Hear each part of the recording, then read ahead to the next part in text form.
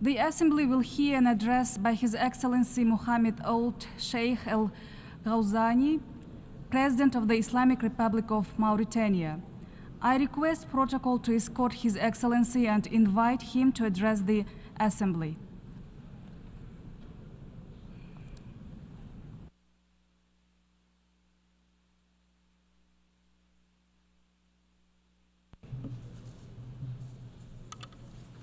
بسم الله الرحمن الرحيم صلى الله على النبي الكريم.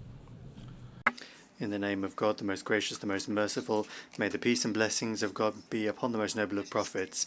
Mr. President, Your Majesties, Excellencies and Highnesses, Mr. Secretary General of the United Nations, ladies and gentlemen. I would like to begin by extending my warmest congratulations to His Excellency Mr. Philemon Young on his presidency of the 79th session of the United Nations General Assembly, wishing him every success at the head of the General Assembly.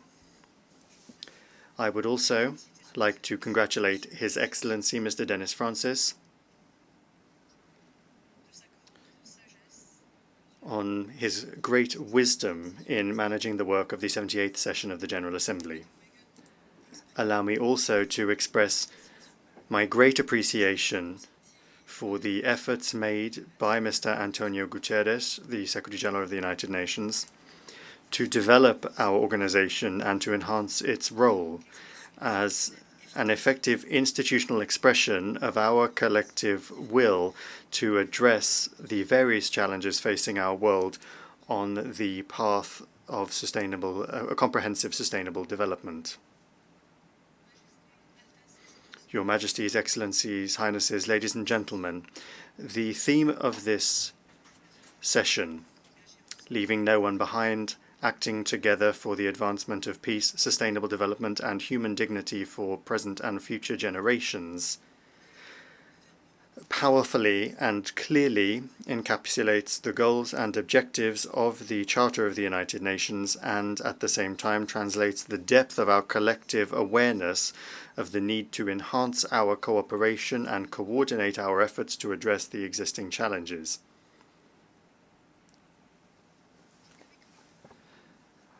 What the world has been through and what it is currently going through in terms of violent crises and unprecedented shocks at every level has greatly weakened our individual and collective ability to fulfill our common commitments in the context of the 2030 Agenda.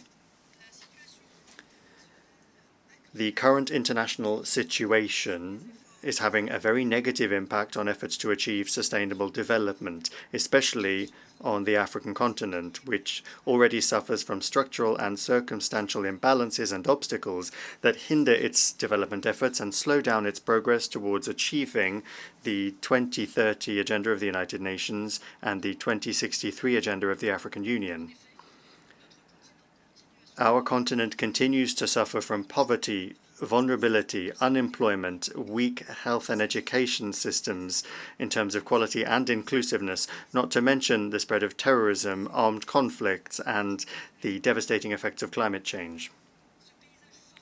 This bleak outlook in Africa very strongly confirms the urgent need to alleviate the enormous debt burden of African countries and correct the obvious imbalances in the development assistance system and in international governance, both political and financial, and to strengthen multilateral cooperation in general.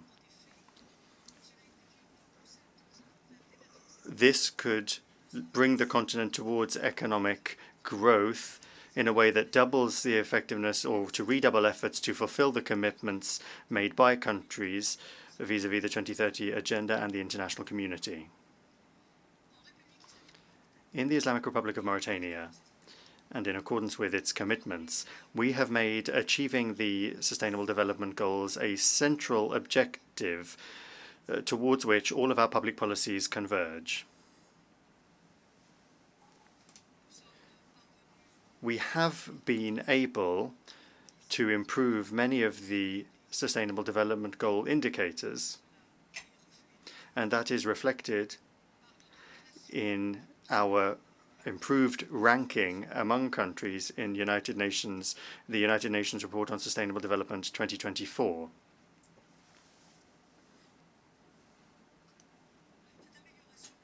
This improvement is the result of intensive efforts aimed at enshrining the rule of law, strong institutions promoting democracy and individual and collective freedoms, the use of dialogue and consultation as a permanent method for managing public affairs, support for the independence of the judiciary, transparency, combating corruption and bribery in administrative or financial terms. Our continuous efforts to protect and promote human rights as well take the form of our fight against the remnants of modern slavery, human trafficking, protecting the rights of women and children, combating irregular migration and cross-border crime. In addition, we have been able to achieve security and stability despite the prevailing situation in our region and internationally. Indeed, violence and terrorism are reigning, as well as political and social crises, but through the help of God and with our national integrated security strategy, we have been able to achieve this. Likewise, we have given great attention to the role of young people in the advancement of countries and advancing growth. We are focusing on developing plans and strategies that guarantee that young people have education qualifications, are integrated into active life, and strengthening their presence in various areas of public life. All of the above has played a positive role in consolidating our national unity and strengthening our social cohesion. To do this, we have made intense efforts to eliminate various forms of exclusion, injustice, and vulnerability. To do this, we have built a social safety, a vast and varied social safety net that aims to alleviate the burden of the constraints and hazards of daily life on the poorest and to enhance their ability to withstand these vicissitudes and to access all public services. We have also launched a promising reform process for our education system in the aim of establishing a Republican school that embodies the values of equality and fairness and that guarantees that everyone in the same conditions can have high-quality education that will be a lever for social advancement. In parallel, we have redoubled our efforts to expand and improve the scope of health services that we offer to our population and to ensure access to medicines. We have created a health insurance system for citizens not covered by traditional insurance programs. In addition, we are providing some basic medical services free of charge, especially for mothers, older persons, and persons with disabilities.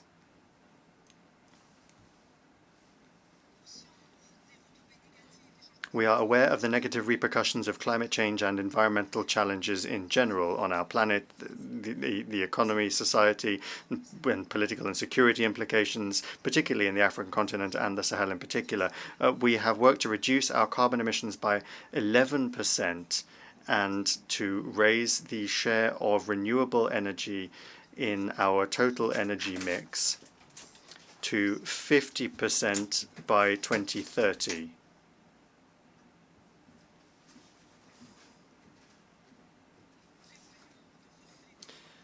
We intend to redouble our efforts in this area to adopt a green hydrogen development program. In addition to our efforts to promote clean energy, which today covers 48% of our energy use, we are continuing our fight against desertification in the context of the Great Green Wall and the Joint Committee to combat the effects of desertification in the Sahel. In this context, I would like to applaud the outcomes of COP28, which was hosted by the United Arab Emirates at the end of last year. I would like to hope that these environmental gains will be strengthened during the upcoming session, which will be hosted by Azerbaijan this year. We are hopeful that industrialized countries will respect their commitments to reduce their emissions and fulfill their pledges from the Paris Summit.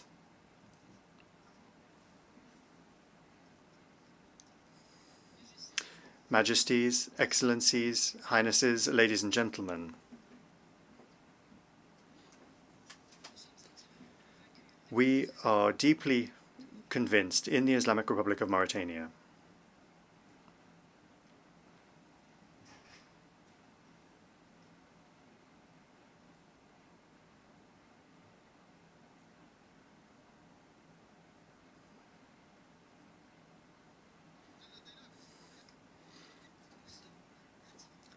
We are deeply convinced in the Islamic Republic of Mauritania that the effectiveness of cooperation between states depends on relationships based on friendship, trust, and mutual respect.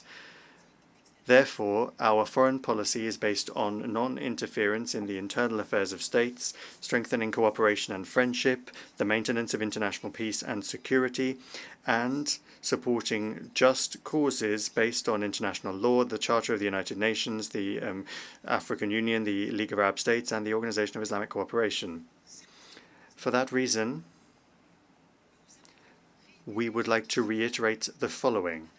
Our strong condemnation of the war of genocide practiced by Israel against the defenseless Palestinian people in flagrant violation of international law and international humanitarian law. We demand the immediate end of this war and reiterate our commitment to the right of the Palestinian people to dignity and sovereignty within the framework of an independent state with East Jerusalem as its capital, as provided for in the Arab Peace Initiative and relevant international resolutions. Our condemnation of the current Israeli attacks on Lebanon, and our demand that they end immediately. Our call to find a solution that preserves the unity and sovereignty of the Libyan state, and our commitment to supporting African efforts and international efforts in this regard.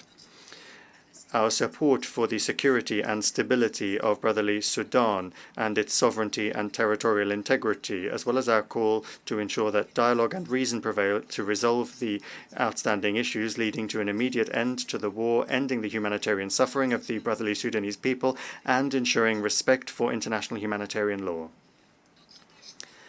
Our commitment to serious efforts to achieve a political solution that preserves the unity of the Syrian Arab Republic, its independence, the dignity of its people, and their right to live in peace and security. Our support for the brotherly Yemeni people and our call for peaceful solutions in accordance with Arab initiatives and the relevant international resolutions, our firm position on the conflict in Western Sahara, and our support for the efforts of the United Nations and all relevant Security Council resolutions aimed at finding a lasting solution that is acceptable for everyone. Our concern about the continuation of the Russian-Ukrainian war and our demand that a solution be found that ends the war and takes into account the concerns of both parties in accordance with international law and the United Nations Charter, thus sparing the region and the world further tragedy and destruction. Your Majesties, Highnesses, and Excellencies, ladies and gentlemen, the Summit of the Future, which concluded its work yesterday, revealed how aware we are of our collective responsibility towards our common future.